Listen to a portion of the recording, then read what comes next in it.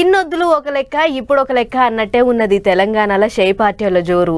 ఎగస్ party వాళ్ళు ఎవరన్నా ఏమన్నా అన్నారంటే చాలు లీడర్లంతా కలిసికట్టుగా ఎగబడుతుర్రు. కార్ పార్టీ వాళ్ళన్నా కానీ పువ్వు పార్టీ వాళ్ళన్నా కానీ వాళ్ళు ఒక్క మాట అంటే వీళ్ళు 10 ముచ్చట్లు తీస్తుర్రు. అట్లే ఈ పువ్వు పార్టీ వాళ్ళు సర్కార్ వాళ్ళ మీద ఆడిపోసుకుంటుర్రు కదా.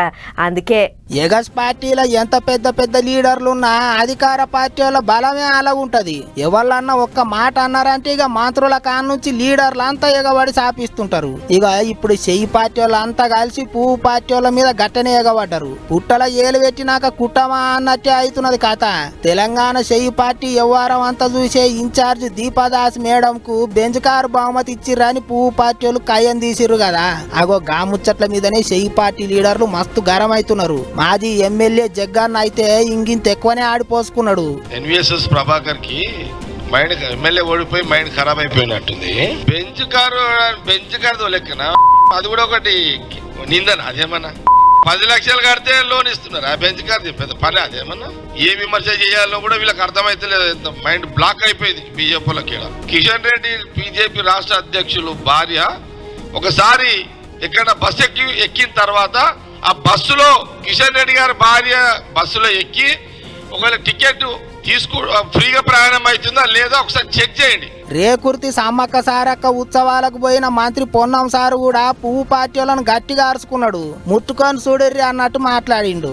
కొన్ని రాజకీయ పార్టీల వాళ్ళు ప్రభుత్వాలు కూలుస్తాం, ప్రభుత్వం ఉండదు అనే మాటలు మాట్లాడుతున్న సందర్భంగా సమ్మక్క సారక్క బలంతో దర్శించుకున్న తర్వాత అమ్మవారి వాక్కుగా ఎవరికి టచ్ చేసే ధైర్యం లేదు. ప్రజాస్వామ్యంలో ప్రజాప్రభుత్వం ఇది. మీరు చేతనైతే కేంద్రంలో అధికారంలో ఉన్నోళ్ళో రాష్ట్రంలో ప్రతిపక్షంలో ఉన్నోళ్ళో ప్రభుత్వము తెలంగాణ ప్రజలకు ఉపయోగపడే సలహాలు నిర్ణయాలు సహకారం అందించండి. ఆ బుద్ధి కలగాలని ఆ అమ్మవారిని కూడా ఈ సందర్భంగా కోరుకుంటారు. ఇంకో దిక్కు పువ్వు పార్టీ వాళ్ళు కూడా వెనకకు తగ్గుతలేరు. చెయ్యి పార్టీ లీడర్లకు గట్టిగానే సమాధానం చెప్తున్నారు. రోజేమో పోయి ఢిల్లీలో పోతాడు, ప్రధానమంత్రి గారిని కలుస్తారు, మా గడ్కరీ గారిని కలుస్తారు, ఫోటోలు దిగుతారు, పేపర్లకు ఇచ్చుకుంటారు.